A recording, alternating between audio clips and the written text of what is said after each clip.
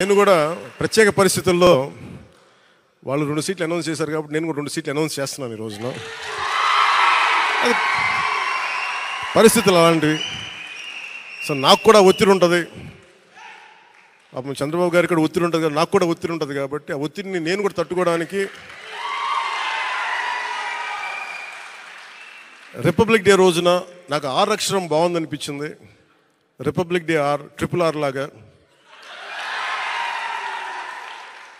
Republic day రోజున రాజోలు రాజానగరం సీట్లు నేను అనౌన్స్ చేస్తాను. సో ఈ రిపబ్లిక్ డే రోజున అందరం బాగుండాలి, అద్భుతాలు జరగాలి మనస్ఫూర్తిగా కోరుకుంటూ, రాష్ట్ర ప్రజలకి బంగారు భవిష్యత్తు జనసేన తెలుగుదేశం ప్రభుత్వం ఇస్తాయని మనస్ఫూర్తిగా కోరుకుంటూ,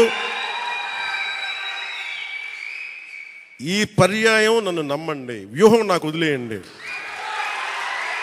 ఏ వ్యూహం వేసినా నన్ను సంపూర్ణంగా నమ్మండి. నేను విహంగ వీక్షణం చేస్తాను, మీరు నన్ను నమ్మండి. నాకు దశాబ్దం అడగట్లా, ఈ ఎన్నికలు దాటనివ్వండి, 5 సంవత్సరాలు టైం ఇవ్వండి. నాకు మీ గౌరవానికి ఏమాత్రం భంగం వాటిల్లకుండా మన నాయకులకి ప్రతి ఒక్కరికి గుర్తించే బాధ్యత